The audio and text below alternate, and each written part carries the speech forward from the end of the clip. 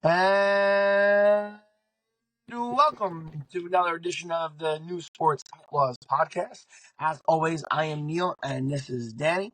Dan, we had an exciting weekend of football, and there is a lot on the horizon this week for sports. How are you this week?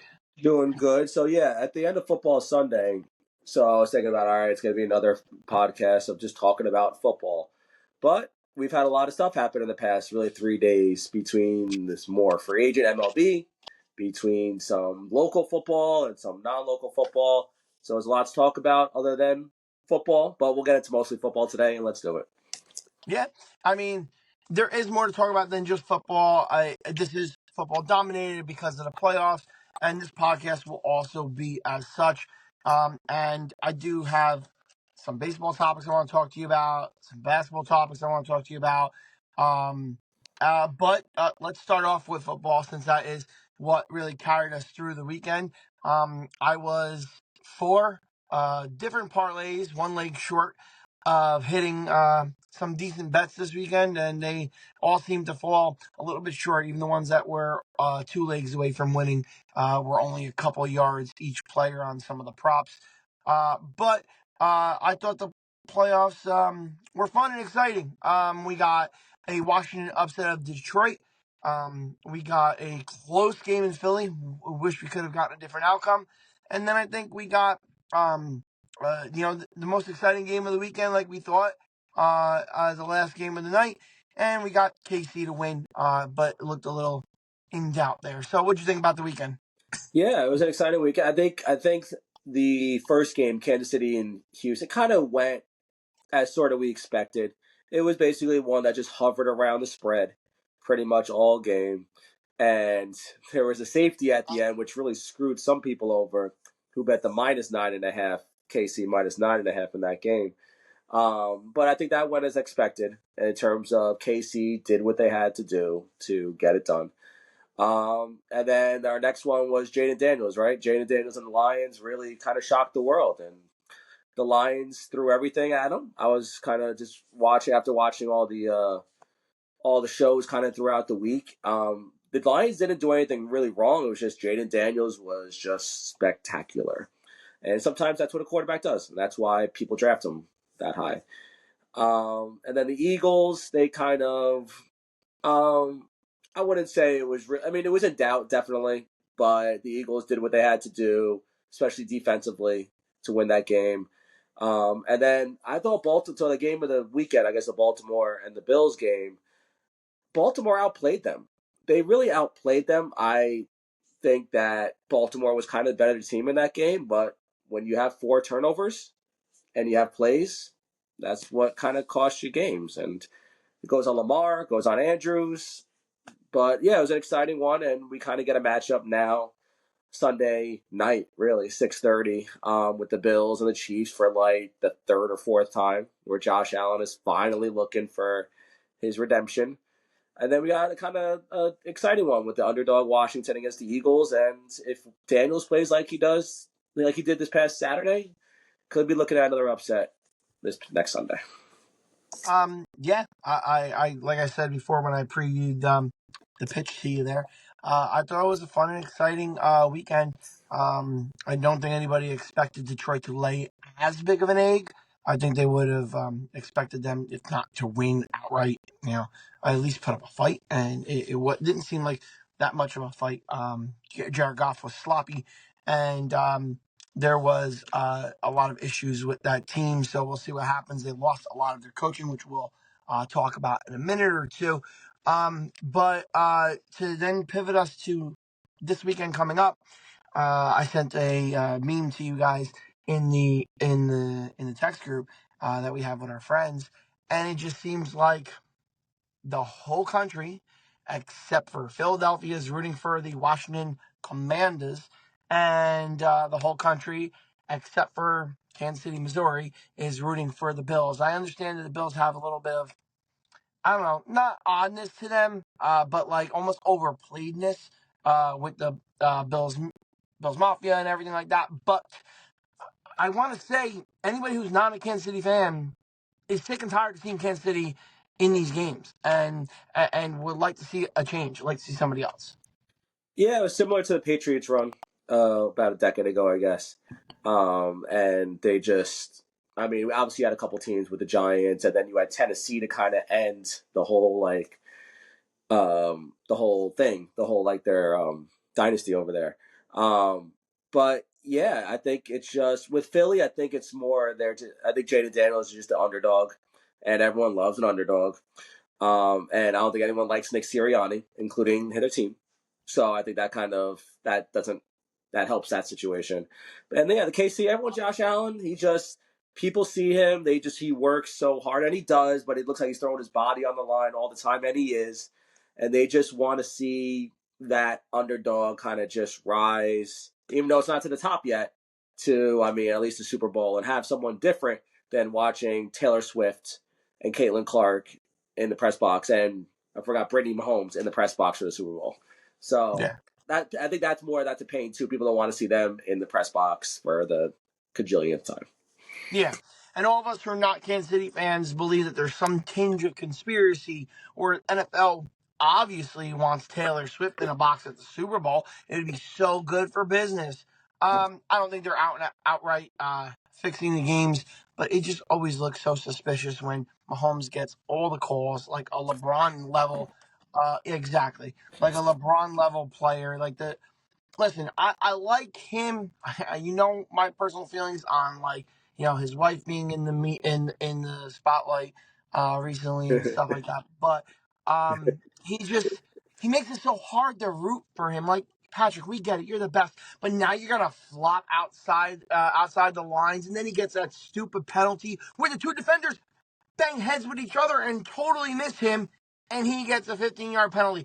It's just getting enough. And Dan, sometimes it seems like I want to kind of use this to connect to some of the stats I have. Uh, it almost seems like it's smoke and mirrors because Kansas City is giving up 110 yards per game in the playoffs. I know it's only one game compared to the two games, but they give up 110 yards more Total, than the other total, three teams left in total. the They only have playoffs. 100, 110 yards less. No, I'm sorry. They have 110 yards. Uh, um, Sorry, my bad. Let me rephrase that. Offensively, they are putting up 110 yards less than any of the other offenses in the playoffs. So the Bills, the Eagles, and the Commanders, the lowest number out of those three was 110 yards more than Kansas City put up that other game. So I mean, maybe they didn't feel as much pressure because nobody really expected the Texans to like really do anything, and maybe now they're gonna feel the pressure because they're gonna have to score to keep up with Josh Allen. Um, but I guess we'll see. Um, yeah. One last thing on that. It's really surprising looking at the spread that the Chiefs are only a -1.5 at home. I think that's insane considering the history. I know it doesn't take an event history, but like considering that Josh Allen hasn't done it yet, considering they're 2-time Super Bowl champions looking for three, and at home they're pretty much underdogs. A -1.5 is an underdog against Yeah, what was supposed to be a down Buffalo team, really. Um, and I don't see it. I'm kind of on the train that, and when I see it, I'll believe it because I think we all kind of want Josh Allen to finally break through, but we've been given, like, we knew Lamar Jackson was capable of giving it up. Like, all right, we'll give it to Buffalo kind of thing. That's kind of what they did. I don't think those turnovers are going to happen in Kansas City, and Josh Allen is going to have to do more. Josh Allen went through for like 120 yards, and he had like yeah, 30 yards rushing. He did stats wise. I know he had 2 rushing touchdowns at like on the 1 yard line. Stats wise was nothing. I'm sure a lot of parlays were lost. My parlay was lost because of those yards. And I think yeah. it's crazy. I think he's gonna have to do a lot more this weekend if they have a chance. Yep, absolutely. And we'll see what happens. I had some more stats here as far as takeaways, but it's really not fair to Kansas City because they only played the one game where the other teams have played two games, so they've had some time to accrue turnovers and stuff like that. But still keeping with the NFL at least, we there was news today. The Jets have come to an agreement with Aaron Glenn to be their new head coach, and I can see both sides of this debate, argument, stance on this. Some Jet fans or haters of Jet fans, whatever, have an opinion of same old Jets. It is a defensive coordinator getting a first coaching job opportunity with no previous history, and the GM and coach weren't even hired at the same time because I don't even think we've heard officially that that GM that's connected to Glenn is coming in. So is it the same old Jets, or is it this is different? This is a guy who played for the Jets. This is a guy who literally canceled his second interview with the Saints because he wanted to be the Jet coach. Yeah, so it's kind of a weird situation because we would still think that the Jets are in a win now mode, especially if Aaron Rodgers is brought back. I mean, I Yeah. don't think. I think the expectations are a little lower now. I don't think everyone's going to expect them to be Super Bowl contenders like they did this year. But playoffs is still. I mean, obviously Playoffs. he's not going to say Playoffs? playoffs. Yeah, playoffs are still kind of what this team should be able to do talent wise. But Aaron Glenn still has. I mean, he's gonna have to learn a little bit. I know I know in his interviews on podcasts, he told us about all he went through everything. He was a scout. He owned restaurants after he retired and before he became a coach. He owned restaurants. Then he went he said he worked the offensive ball. Basically, he went through his whole resume on the Pivot podcast.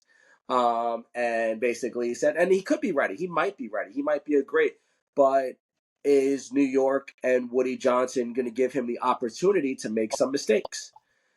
Because after this year, you have to think if it's not Aaron Rodgers is out, you have to think after next year, Aaron Rodgers has to be out. So then they got to start over with a quarterback. And it really depends on who their offensive coordinator is going to be, depending on who they hire. Um, it's kind of a way because he has to build himself, like he has to growing up, but they really don't have time to grow up almost because they're expected to make the playoffs. They're going to be expected to win 9, 10 games. They're going to have an Yeah. easier schedule Especially, than they did last year. especially, especially if they decide to keep Aaron around. I mean, if they decide to blow it up and go with the kid from Florida State or bring in a different younger quarterback, then I could see exactly what you're saying. Yeah, no, I mean he'll get his years, but the thing is and the Jets fans will understand giving him time because of if they have Travis, whatever his name is, Yeah, who you said, or draft somebody, or just pick someone off the scrap heap, whether it's the Fields or whatever it is. They'll give him time for that. But Aaron Rodgers, they really doesn't have any time. yeah, And it's just a whole thing that the two kind of biological clocks are at different times, and he's going to need time. I mean, he's a first time coach. He's going to need time. yeah. That's pretty much the bottom line. I'm sorry, I was acting the Marissa Tomei scene from My Cousin Vinny. My biological clock as she pounds on the Yeah, deck Marissa Tomei. of the house that they're in. Okay, so we also got Ben Johnson to the Bears. Suburbs. And little curious, turned down positions last year, ends up in the same division, in a division where three teams made the playoffs, probably the toughest division in football. And then you have Saints, Cowboys, Raiders, and Jags still looking for a coach.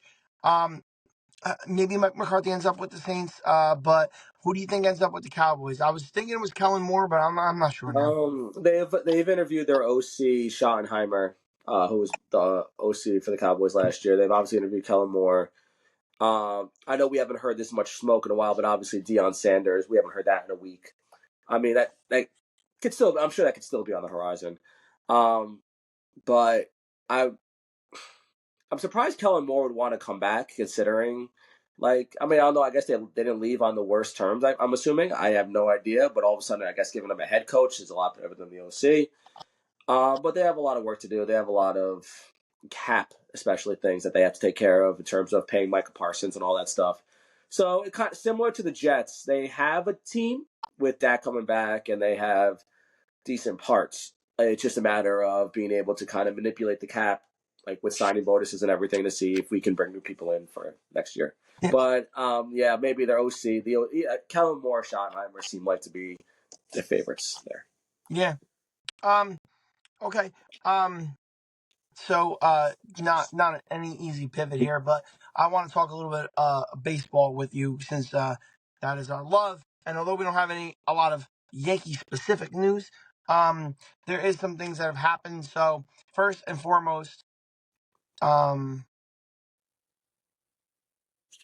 Can you hear me or no? yep, I can hear you. Oh, My okay. phone's Yeah. saying sorry, Mine, apologize. My phone mine is too. saying reconnecting. So the timer's still going. So let's continue. With baseball, Yankees, Hall of Fame. Sorry. I want to talk about the Hall of Fame. You had a Yankee, somebody who should be wearing a Yankee hat going into the Hall of Fame. CC Sabathia, making it into the Hall of Fame. Somebody wore a Met hat for a while, Billy Wagner. And then you had Ichiro Suzuki, and the big story was Ichiro finished one vote short of unanimous. What do you think about that?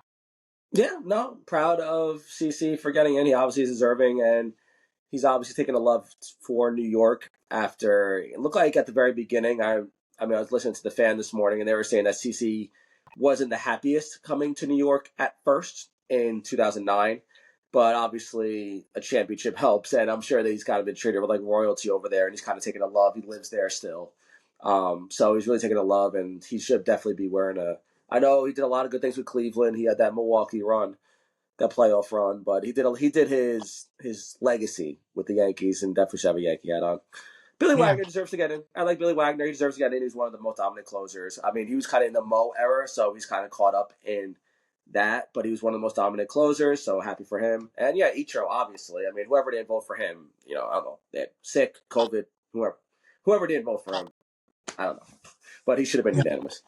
No, that's fine with me because then we had to claim that. I mean, although Ichiro played for us for a season, I it's fine with me because the only unanimous player of all time and is Mariano Rivera.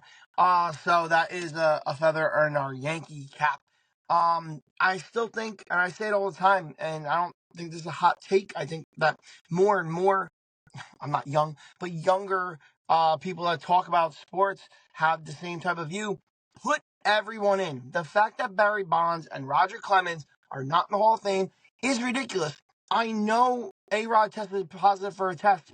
He is still one of the best players that I've ever seen with my eyes. How did he not get 50% of the vote? It's ridiculous. You're telling me not one person has snuck into Cooperstown with actually using any type of drug.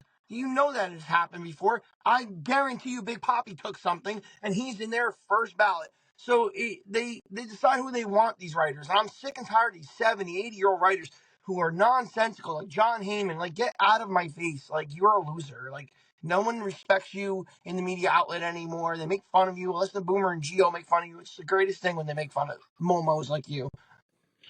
Yeah, what we're going to remember, we're always going to remember A-Rod, Bonds, Clemens. You can put Palmeiro if you want in there as the greatest of that generation. A-Rod was one. There was a thing with shortstops where it was between him, Derek Jeter, and Nomar Garcia Parra, and A-Rod was by far the best out of that three. I'm sorry for the Jeet fans out there but A-Rod was definitely maybe outside Manny Ramirez, the best. And Manny's in there too, I think, with the whole Royce conversation.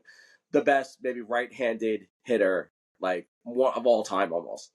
Barry Bonds is obviously. I could say the same thing about Barry Bonds. I know people say the whole. I didn't follow his career as much as we did A-Rod, but I know with Pittsburgh he was a Hall of Famer almost before. Maybe he was on steroids, and then that whole thing in San Francisco. But I'm in agreement with you in terms of if you have to put some kind of asterisk or something that's there. These guys, especially, they're all on TV too. It's not like they're hiding. A-Rod's on TV every baseball season. Barry Bonds is always around. I think he's a hitting coach still somewhere. So they're the best of the generation. I know they cheated and it sucks, but they deserve a place in it. Whatever you have to do, they deserve a place in it. Yep. Even you put up a plaque that says this generation had steroids that could not have been tested, just so you know, going in and looking at the players. I say it all the time when we joke around in our guy group that there were players in the 40s and 50s and 60s who were on painkillers, or they wouldn't have been able to put up the numbers they did. Some of the legends, couldn't get on the field but took amphetamines to help them get on the field. How's that any different than a performance enhancing drug that's making you hit the ball further? Yeah, it's really the writers. I mean, I think if it was a popular fan thing, I would think Bonds and A Rod would both get in easily. But like you said, it's the old school writers who just have it in their mind that it ruined baseball, and then nothing's going to change their mind. So Yep. somehow to get them out. Yep. So speaking of an asterisk, should we start thinking about putting an asterisk on the Dodgers' future championships because they have now signed probably the two best relievers of the market in Yates. I think I want to say it was almost done, if not completely done, and Tanner Scott to go along with the rest of that $1 billion team over there. Yeah, what can you say? You just laugh at it. I mean, we just thank the good Lord that they're not in the American League, and we only have to watch the Dodgers for 3 games, and then maybe the World Series after that. It's one of those things. I mean, they're a stacked team out, and then whatever money that they're coming up with in terms of deferrals and everything like that, they have a stacked team, and we can't do anything about it. I mean, they just have the most pressure, and then they should be favored by a lot to repeat. I mean, they're by far the best team in baseball, I would say. They just have Yeah. all the pressure on them, especially with Shohei coming back to pitch. That's the thing, Yep. too. And yeah, it's going to be a tough one, but I think the Yankees should be happy that they're in the American League.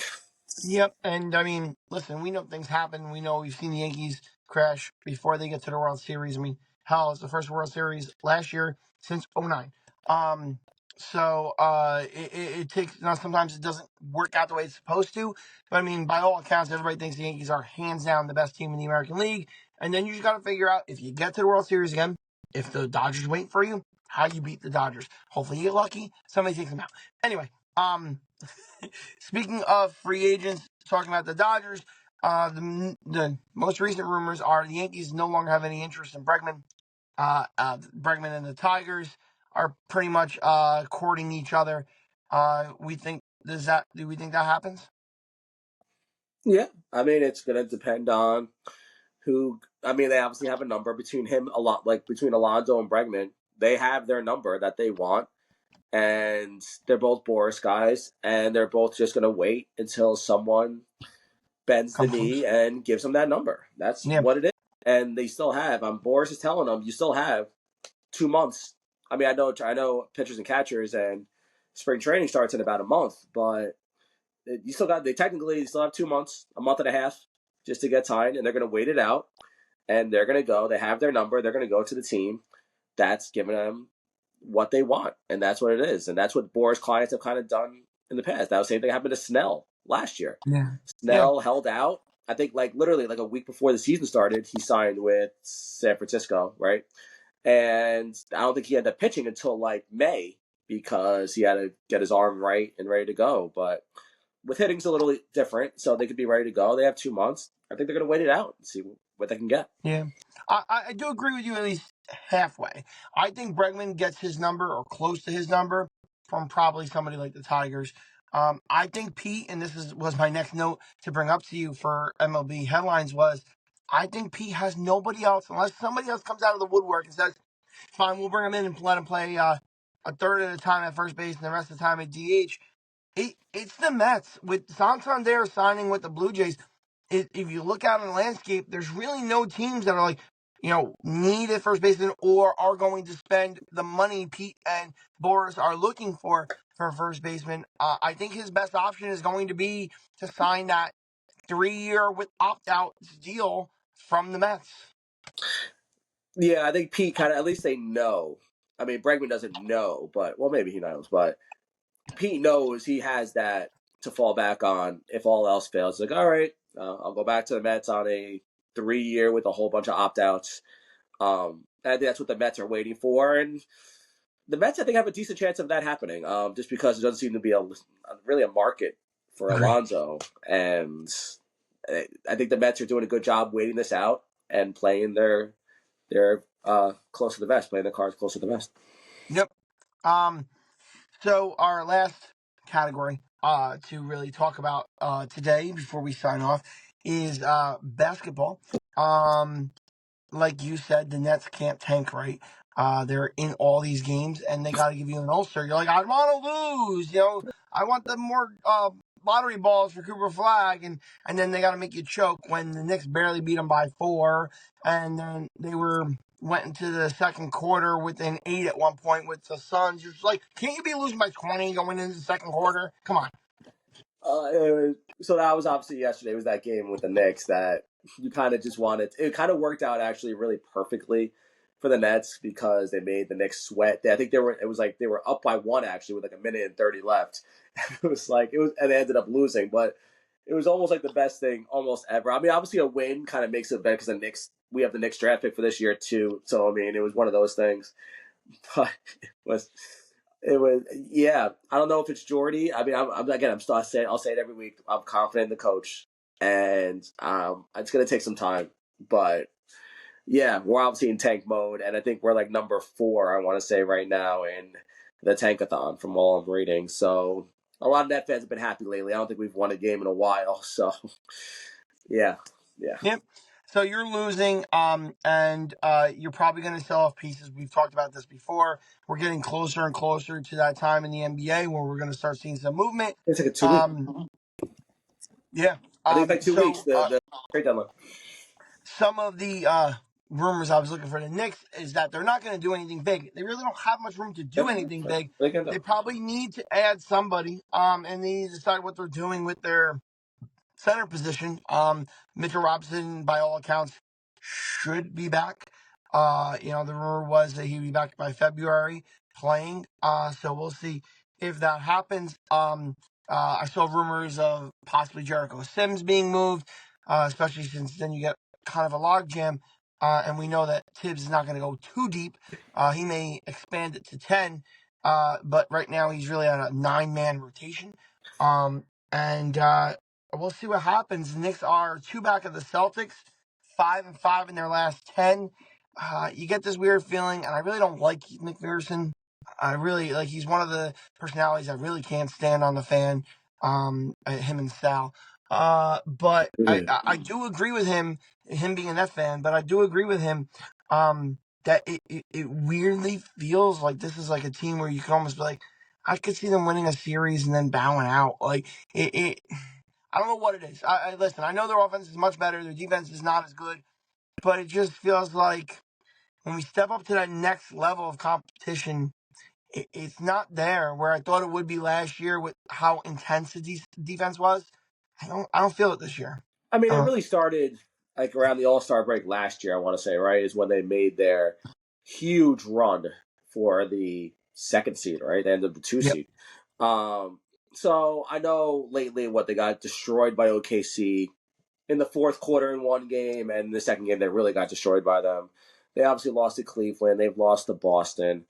And they've had their losses to Detroit, and they've had their bad. They had a lot easier schedule in December, so it looks a lot worse. They won like 9 or 10 straight or whatever it was, and it's a little harder schedule. One thing I think would work well, and I kind of saw it last night. I mean, I know it's the Nets, but with Precious Achua and Karl Anthony Towns sharing the floor, I think that's been a pretty good recipe for them. Just because it seems like Precious has shot the ball a lot better from that corner. I didn't know he can shoot, but apparently he's taking a lot of these corner jumpers and kind of making them. I know Towns has struggled a little bit lately with his 3 since that thumb injury. So I don't know if that's hopefully for you guys that's not a lingering thing, because if he can't shoot as well, that obviously that doesn't do good for you guys. But yeah, you definitely got to make some kind of deal for a big. I think Mitchell has to go somehow. I don't know how, but Yeah, I don't know though with him getting back so late, close to the deadline, if they're going to be able to move him now. If he didn't get hurt and the chemistry wasn't working, then definitely I would have seen him as a trade candidate. But I don't know. I guess that's why they're looking at smaller fish anyway, because they're looking at using picks and bench players to facilitate a trade. Yeah, you got the best starting 5 probably in the league, at least over top 2, if you want to say whatever. And yeah, gotta get some bench players to go along with Campaign and whoever the heck else you have out there. Shemet Precious. and McBride and Precious, and there's your Where's McBride been? I haven't heard a lot of McBride this year. I feel like he's been playing Campaign a little more than Deuce. Well, McBride I had could at be wrong. least Go ahead. No, yeah, but McBride was dealing with a hamstring injury for a while. I know he's back and playing now, but he missed Mm. several games. Yeah, let's Um, do the uh, deuce. so Deuce. I'm looking forward to this weekend of football. I was really close to some of those parlays. Patrick Mahomes screwed me in a lot of them. So I'll put a couple more of them out this weekend. I don't put a lot on there, but like I said, a bunch of them were like 5 for 125, 5 for 130, and I was like one leg away for a six. I'm for 4 or 5, 6 or 7, stuff like that. So I'll put some out there. If anybody's looking at them, feel free to use them and alter them as you see fit. Yeah, yeah, we'll do our two championship picks on Friday probably, or at least Saturday because we have that extra day. Maybe Saturday, we'll see.